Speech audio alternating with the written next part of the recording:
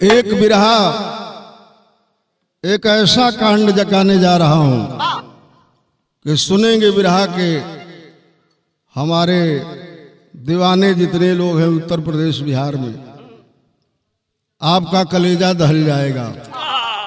ये बिरहा रिकॉर्डिंग हो रही है RV music recording centre Bhimpura number 1, जिसके प्रोपराइटर हैं सोनू विश्वकर्मा जी, जिनका बहुत दूर तक नाम है, पूर्वांचल में बहुत ख्याति है इनकी।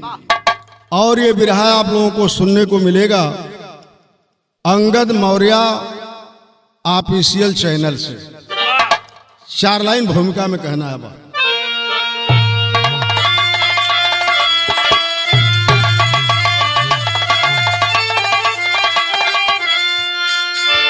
के भाई तो भाई का प्यारा बना है,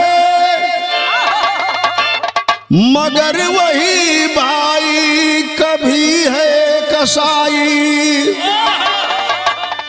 दौलत के कारण ये अंधा जमाना अपनों से कर देता कैसे जुदाई।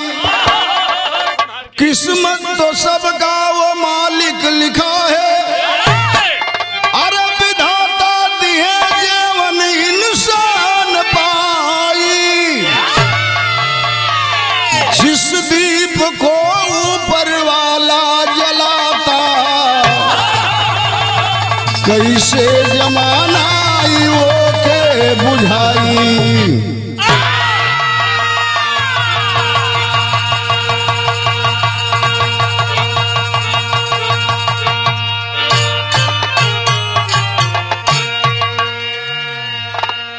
लिखा है कवि ने, सबकी किस्मत लिखने वाला ऊपर वाला है। जो जिसको देता है मालिक देता है, और जिसका छीन लेता है मालिक छीन लेता है। तो कहले है कि जाको राखे साइया मार सके न कोई, बाल न बांका कर सके जो जग बहरी होए। बिरहा में ठेकोवाली बा कैसन रमेश बाबू।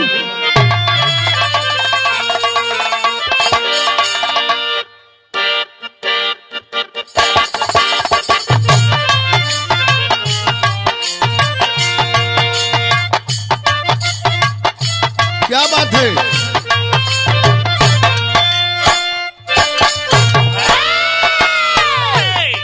जमाना खराब बा, लेकिन जमाना में बढ़िया लोग भी बना। रिश्ता को निभाने वाले, रिश्ता को निभाने वाले रिश्ता को निभाएंगे।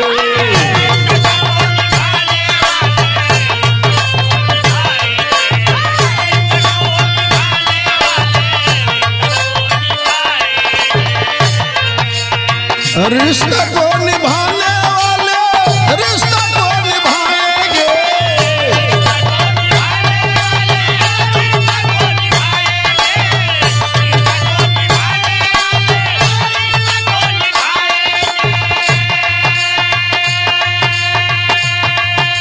रिश्ता को निभाने वाले रिश्ता को निभाएंगे।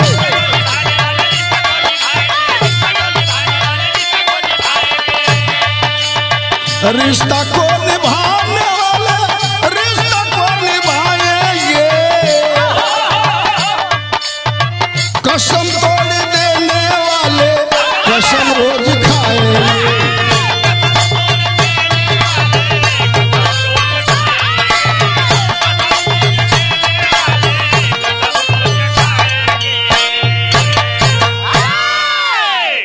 इससे बढ़िया कव्वाली से कवि ने बिरहे में लिखा है कि बाहर है जमाना, ऊपर वाला नहीं होता तो ये सृष्टि नहीं चलती। तो लिखा था वन कवि जी कैसे लाल।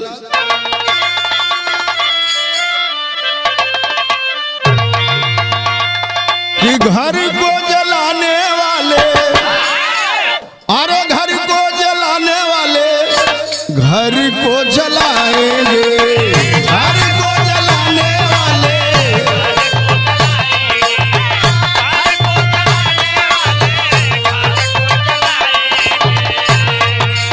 घर को जलाने वाले घर को जलाएंगे।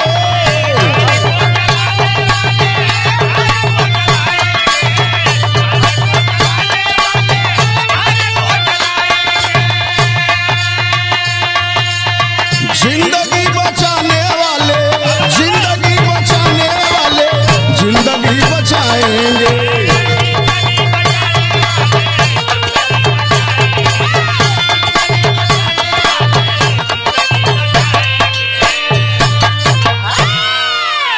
भाई हमारा छोटा भाई डब्लू यादव मगही पर से शानदार नेता है। इस समय बहुत तहलका है डब्लू यादव का और जंग लड़ने के लिए तैयार है जिला पंचायत। भाई को बहुत बहुत सलाम करता हूँ। लेकिन बिरहा का शुरुआत हो गया।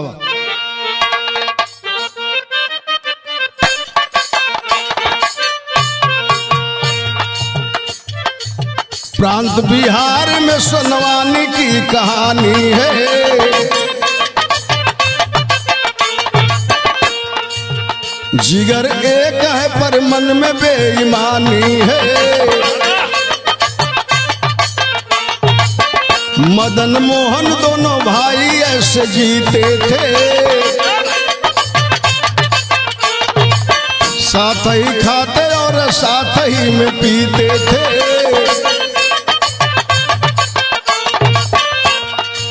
मोहन के 4 बेटा मदन के कन्हाई है। की परिवार में समाई है। थाना गढ़वल बिहार प्रांत, ग्राम सोनवानी के रहे वाला 2 भाई मदन और मोहन। दोनों भाई में इतना प्रेम हो, इतना प्रेम हो जौना का कोनो ठिकाना ना बा। दोनों भाई कहीं जा संगही खाइल उठल बैठल बगैर पूछले भाई से कोनो भाई दूसर काम ना करे। बड़ा प्रेम रहल। लेकिन मदन का एक ही पुत्र पैदा हुआ जिसका नाम कन्हैया बताया गया और मोहन के 4 बेटवा पैदा भइलन। धीरे धीरे समय गुजरल हो पंचो। 4 बेटा मोहन के उनके शादी भइल। मदन के लड़का के भी शादी हो गई। आज जब शादी भइल तो घर में कुल मिल के 5 गो पतोही हो गई। आपस में जब झगड़ा होके लगल परिवारी, मदन कहलक ये भैया चल ना पाई, तोहार पतोही जबे ना तबे हमरे पतोही के मार देते। दोनों भाई पंचायत बुलौलन। पंचायत में लोग कहला कि का बांटे के बाद 2 भाई हुआ।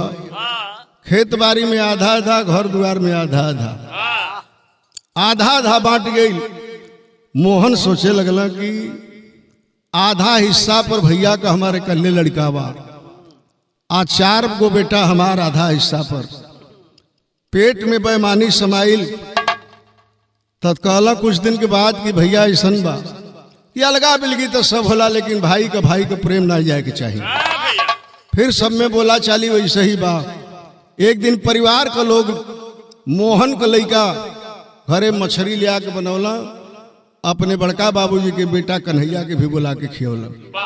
तब बिरहा में गीत बदल गए। कौन गीत बा?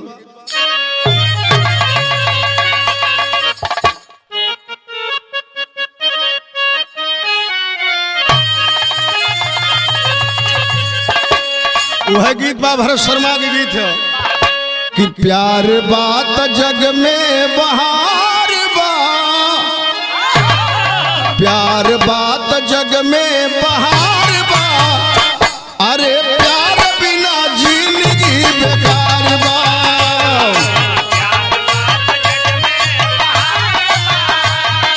प्यार बिना जिंदगी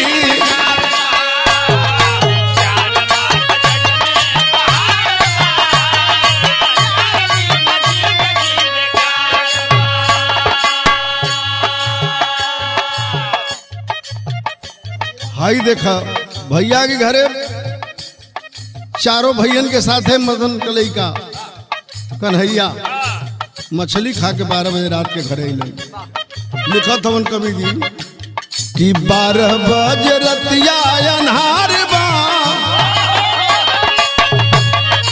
12 बजे रतिया अन्हार बा, अरे उठल दर्द बरियार बा।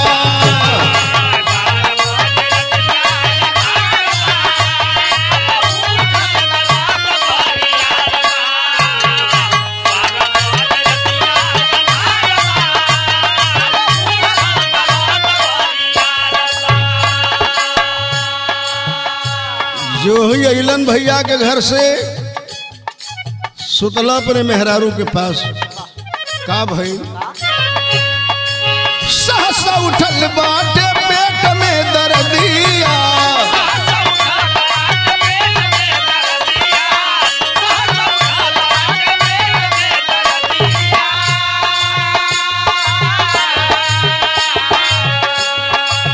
पिट पिट छतिया के रोवे अवरतिया।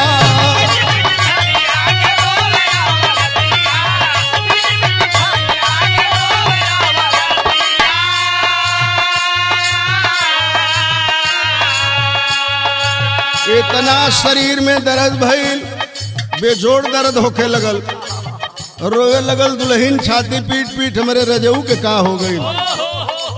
मदन भाग के गेला अपने भैया के पास, कहला कि चला हमारे कन्हैया के तबीयत बड़ी खराब बा। कहला घबरा मत, हम दवा मंगा देतनी। अपनी बड़का बेटा सुरेश के बोलौला, कहला काने में दवाई मत ले, जहर ले के दे दे, इससे बढ़िया मौका ना मिले। गया भाई भग के साइकिल से का कैल ला करके जहर खिला दिया। तब का भइल कि खाते जिंदगिया अन्हार बा, खाते जिंदगिया अन्हार बा। अरे 12 बजे उठल बरियार बा। हाँ उठल दवा बरियार बा।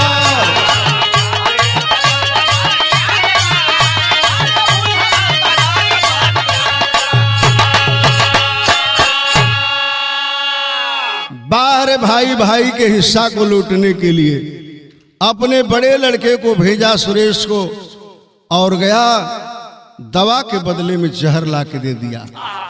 कलश की भाभी तनको जइह मत, थोड़ी देर के बाद एकदम शांत हो जइह। धीरे धीरे बाबू छटपटात छटपटात जब दवाई खिया दिलस, कुछ ही देर के बाद कन्हैया दुनिया के छोड़ के चल बसल। छाती पीट पीट रोवे लगल दुल्हन, बुढ़ऊ मदन रोवे लगल बेटा के लाश पर। का नगर के लोग जुटल, कहल कि बाली के हे मंजूर रहा, अब जाए द तोहरे नसीब में इतने दिन खातिर तोहार बेटा आयल है।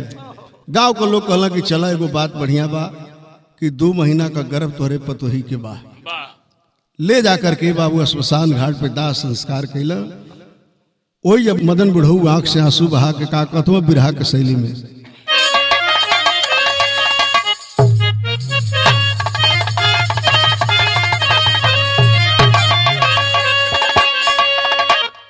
कि समैया समैया के बिगाड़ल विधना।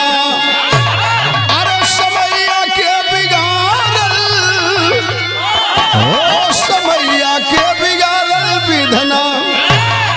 हमके छोड़ के गईला कहवा मोर कन्हैया। हमके छोड़ के गईला कहवा मोर कन्हैया। समैया के बिगाड़ल विधना। दाह संस्कार बीतल, भाई बड़ा खुशी से काम क्रिया कैला। धीरे धीरे बाबू समय आइल, मदन बुढ़ऊ के पतोहूर मिला के मात्र 2-4 दिन में बच्चा पैदा होने वाला है। तो ले ऐसा महीना भी आई कि छोटका भाई बड़का भाई से कहला कि भैया सुना एगो काम ही कर द कि चल जाता गाया जी, नए लड़का मर गई, हमन के पितरल के कोई बैठौले नहीं है। जाए लगल बुढ़ऊ पतो पैर पकड़ के रोए लगल, बाबा हम ये हालत में बानी, हमार तोहरे सिवा के हुआ ना, छोड़ के मत जा बाबा, छोड़ के मत जा। कहला रे पगली काहे घबराइल हो, हमार 4 गो भतीजा हमार भाई तो के कोई बिसारी ना।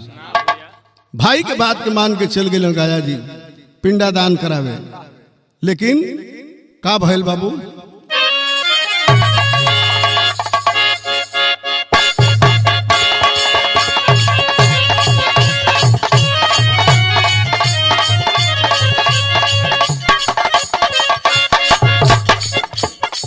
हाई देखा का भइल, राती के उर्मिला के पेट में बहुत तेज दर्द भरल, प्रसव पीड़ा के।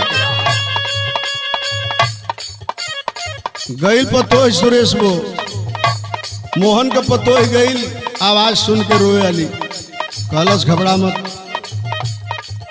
मोहन भेजला अपने लड़का के मिडवाइफ आइल, इंजेक्शन दिलस, बड़ा सुंदर बेटा के जन्म दिलस। गैल द्वार पर कहलस के बाबा हमके नेक जोग दा तोहार नाती भइल बा। कहला मोहन की नेक जोग तब दे कि माई बेटा के जहर के इंजेक्शन लगा के मार देता। 10,000 रुपया में सौदा भइल। गैल दुल्हन के इंजेक्शन दे दिलस, जीवन लीला समाप्त हो गई। अब मिडवाइफ फरार हो गई। चारों लड़कन के साथ मिलके जन्मल मासूम मुन्ना के एगो तसली में बंद करके ढक्कन लगा के वही अंगना में गड़वा दिलन। चारों बेटा लाश लेके गए रात के 12 बजे श्मशान घाट पे, चीता सजा के बाबू वही पर मिला के लाश रख के आग लगा के भाग गए। लेकिन बिरहा में गीत बाका भइल के काली तेरी चोटी है बरंदा तेरा लालनी,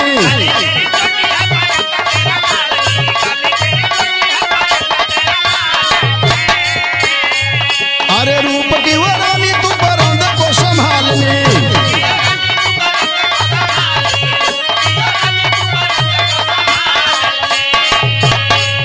अरे किसी मन चले का अगर आ गया जो दिल होगी बड़ी मुश्किल,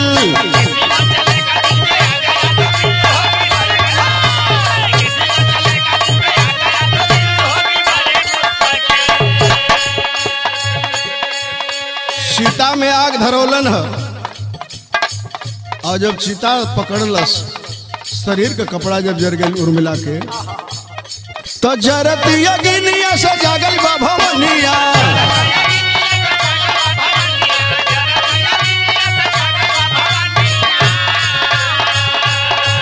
अरे भइल न ज्ञान मोरा जरले बदनिया,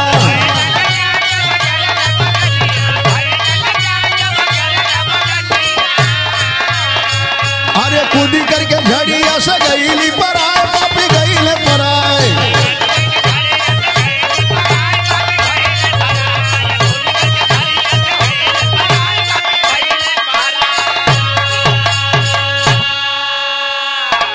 जब शरीर जरे लगले बाबू होश में आ गई उर्मिला, शरीर नंगा हो गई, वस्त्र जल गई, चिता पर से कूद के वही झाड़ी में लुका गई, बैठ गई। आईनी का भइल सवेरे तोले कि हमारा बूढ़ा गया से चली अइले,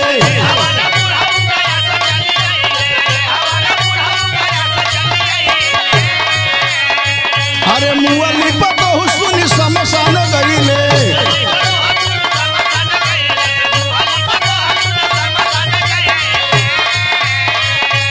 तो तने रखिया में हसुआ बहार पापी गईले पर आए,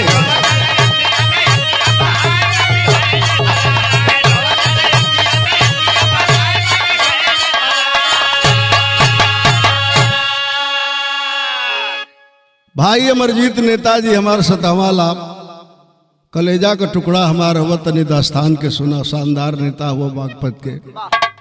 सवेरे के पहर मदन बुढ़ऊ घरे आ गए। अब वही कुछ दूर पवन तोले उनका चारों पतो, चारों लइका आ मोहन भाई छाती पीट पीट रोत हो गईलम। मदन कहला कि भैया का हो गई हो भैया? कहला भाई कि भैया गजब हो गई, रात का तोरे पतोही के प्रसव पीड़ा का दर्द शुरू भइल, बेटा बेटी तो कुछ ना पैदा भइल, मांस के एगो लोथड़ा ओकरे शरीर से निकलल, बहुत दर्द होत रहल, रात में उर्मिला मर गई। सुनला ये बात है बाबू, जमीन पर गिर गई मदन बुढ़ऊ। कहला कि ये भैया हमारे पतोही के का कैला भैया? कहला कि रात को ले जाके चिता सजा के श्मशान घाट हो जरा दे जा।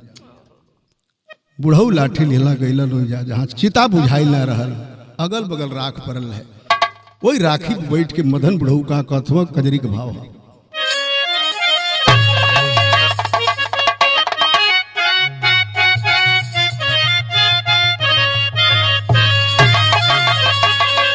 कि रोवेला बूढ़ऊ,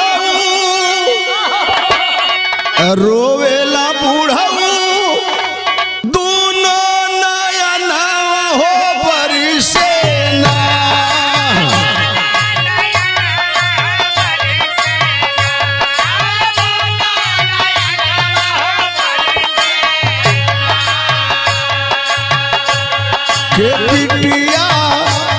के बिटिया मनली ना तोर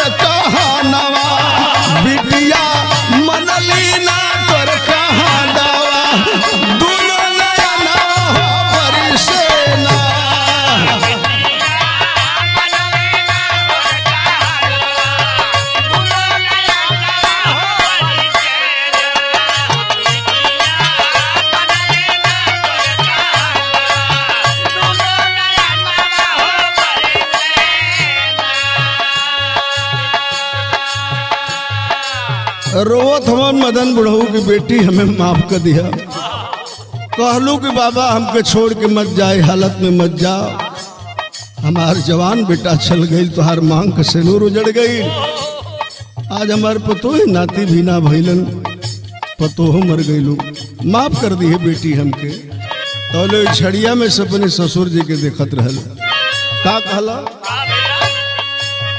छड़िया से झाकत आज माया नवर बोलली ना।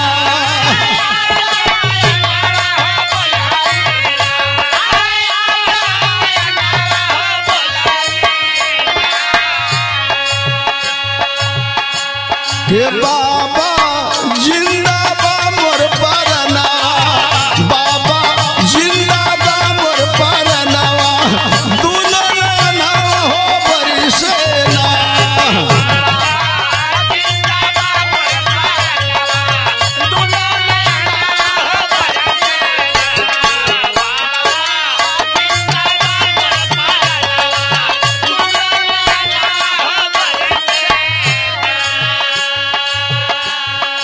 आवाज देती है उर्मिला की बाबा तुहार पतोहुर मिला जिंदाबा हो बाबा, हम मरल ना बानी।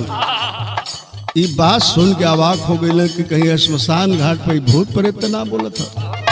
कहला कि बहू अगर तू जिंदा हो तो मेरे सामने आओ बेटी। कहलस कि बाबा एगो हमारे सामने समस्या बा, कैसे आई हम सामना नंगा बदना रे बाटे ना।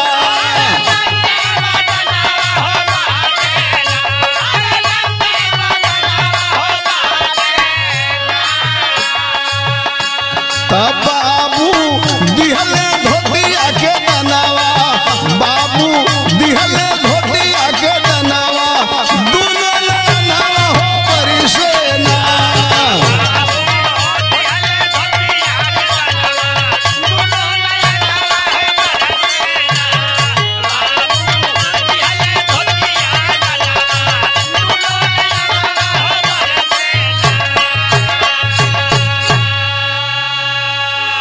कहला सुरमिला के बाबा तोरे सामने हम आवे लायक नहीं की हो बाबा, हमार शरीर नंगा बा, शरीर का वस्त्र जल गई बा। यही झाड़ी में तोरे पीछे हम आई, आपन नंगा शरीर झाड़ी में छुपौले हैं। मदन बुढ़ऊ जब बात सुनला हो पंचो आपन गमछा पहिर के धोती निकाल के झाड़ी में फेंक दिया।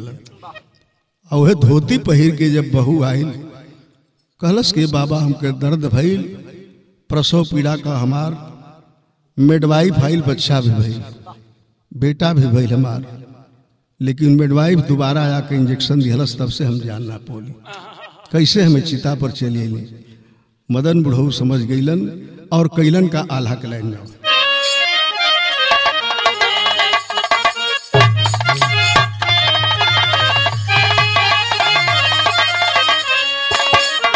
कि ले के पतोहिया के अरे डहरिया बुढ़ऊ धैरे लिहल,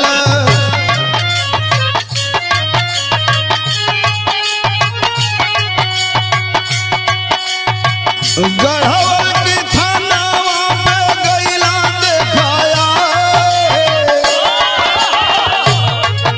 गढ़वल थाना पहुंचलन है पतोही के लेके, जहां रमेश यादव थानाध्यक्ष से सारी बात को बताए।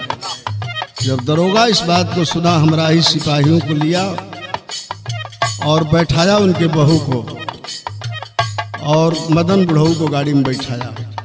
का बहर लेके दरोगा तब सिपाहियन के चली रही हले,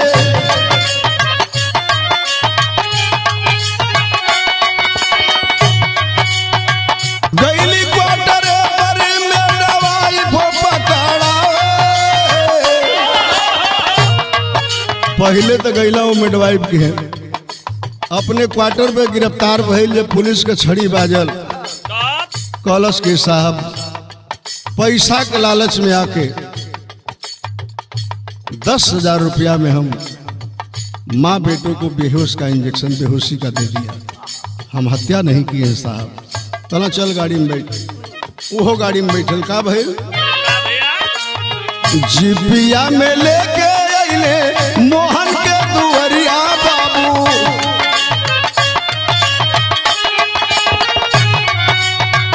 दुअरे पे पांचों पापी गइलन हो धारा। पुलिस के जब मार पड़ल चारों बेटा पकड़ेला मोहन पकड़ेला। जब मारे लगल पुलिस तब बतावे लगल कहला कि लड़कवा का भइल दरोगा जी तब बतावत हो। तसली में बंद करके गड़ली अंगनवा अपनी।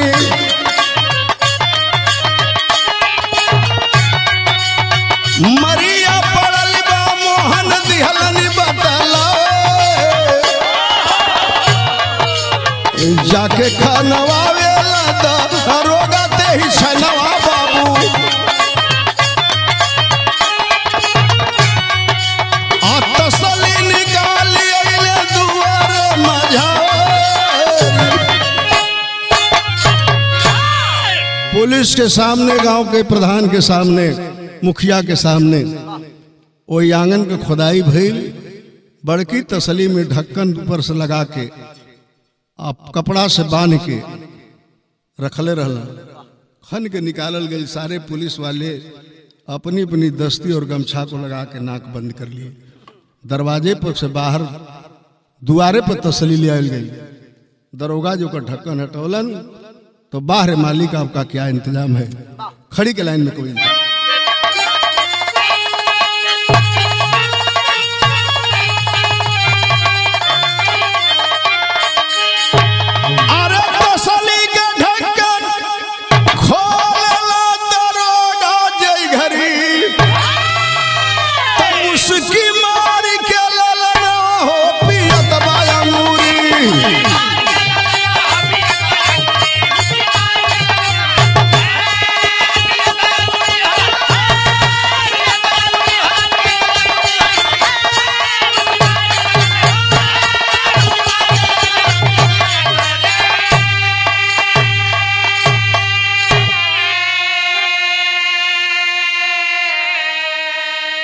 तसली का ढक्कन हटाया गया। उसी में वह मासूम बच्चा मुंह में अंगूरी लगा करके और पी रहा था, मुस्कुरा रहा था।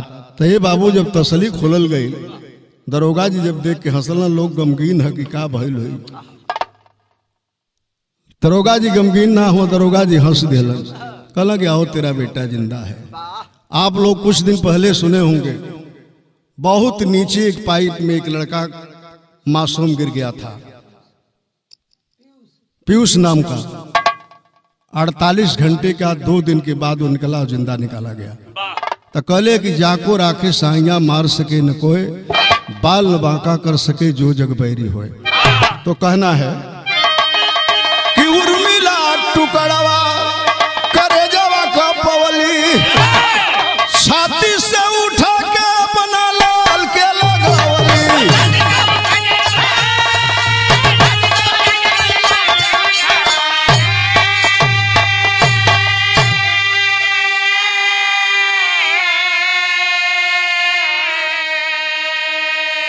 अरे देखेला तमाशा आज हम गौवा सगरी, आ मुस्की मारी के ललना हो पियत बायंगुरी।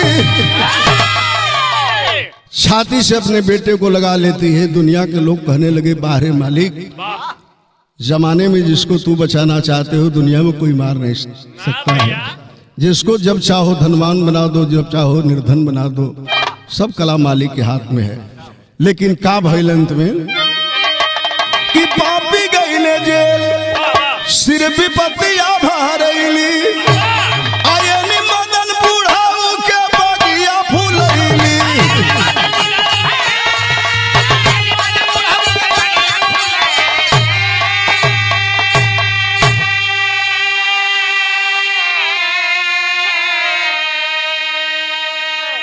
जेके रखिए गोसैया तहाई जमाना का करी, अब उसकी मारी के ललनवा हो पियत बायंगुरी।